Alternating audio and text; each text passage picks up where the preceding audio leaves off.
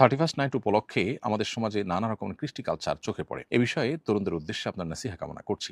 খুবই গুরুত্বপূর্ণ ইস্যু প্রিয় দর্শক। প্রথম কথা হলো যে 31st নাইট উপলক্ষে আনন্দ উৎসব বা হৈ হুল্লোড় করা, উৎসবমুখর পরিবেশে বছরের এই প্রথম ক্ষণটাকে ওয়েলকাম করা, স্বাগতম জানানো, এটি মূলত প্রকৃতি পূজারী বা প্যাগানদের থেকে এসেছে। একসময় প্রকৃতি পূজারীরা মনে করত যে বছরের প্রথম মুহূর্তকে, প্রথম ক্ষণকে আনন্দ উৎসব এবং হৈ হুল্লোড় করে কাটালে সারা বছর মানুষ ভালো থাকতে পারে, সুখে থাকতে পারে। সে বিশ্বাস থেকে তারা এই কাজটি করত। দুঃখজনক বাস্তবতা হলো তথাকথিত আজকের বিজ্ঞান মনস্ক প্রজন্মের একটা উল্লেখযোগ্য অংশ সেই প্রকৃতি পূজারীদের কুসংস্কারাচ্ছন্ন বিশ্বাসকেই ধারণ করে আছে। কারণ একটি বছরের শুরুতে আনন্দ উৎসব বা হৈ হুল্লোড় করার আর কোনো যৌক্তিক গ্রাউন্ড নেই। যদি কোনো বছরের আগমন আপনার আনন্দের কারণ হয়, তাহলে ওই মুহূর্তে তো আরেকটা বছরের বিদায় হয়েছে। যার আগমনটা আপনার আনন্দের কারণ হবে, তার বিদায় কি বেদনার কারণ হওয়া উচিত নয়? আপনি নতুন বছরের আগমনে হৈ হুল্লোড় এবং আনন্দ উৎসব যদি করে থাকেন, তাহলে ঠিক একটি বছরের বিদায় তো তখন হয়েছে, তখন তার জন্য কি আপনি বেদনাহত হয়েছেন? আপনি কি সেটার জন্য কখনো কষ্ট পেয়েছেন?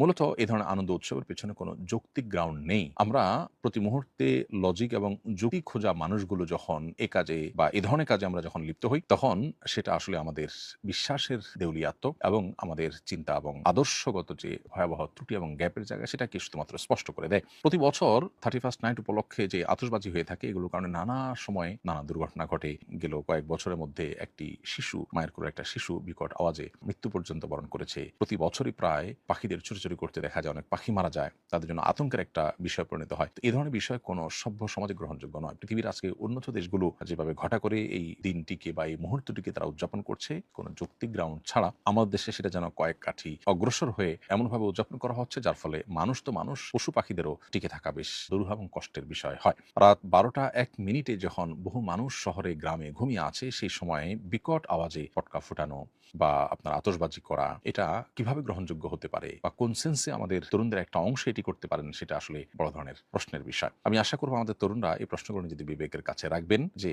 এ ধরনের উৎসব, যে উৎসব অনেকের ক্ষতির কারণ হতে পারে, অনেকের কষ্টের কারণ হতে পারে, প্রকৃতি এবং পরিবেশকে ক্ষতিগ্রস্ত করতে পারে, এবং যে ধরনের উৎসবের পেছনে কোনো যৌক্তিকতা নেই, কেন হাসছেন তার কোনো কারণ নেই, কিন্তু আপনি হাসছেন, এটা যেরকম হাস্যকর, এটা যেরকম অযৌক্তিক, এটা যেরকম অগ্রহণযোগ্য এবং এটা যেরকম ত্রুটিযুক্ত বিষয়, ঠিক একইভাবে এই 31st নাইটের প্রথম মুহূর্তকে বা আপনার নতুন বছরের প্রথম মুহূর্তকে বা 31st নাইটকে উদযাপন করা, এটাও একই রকম। আল্লাহ তাআলা আমাদের তরুণদেরকে বোঝার তৌফিক দান করুন।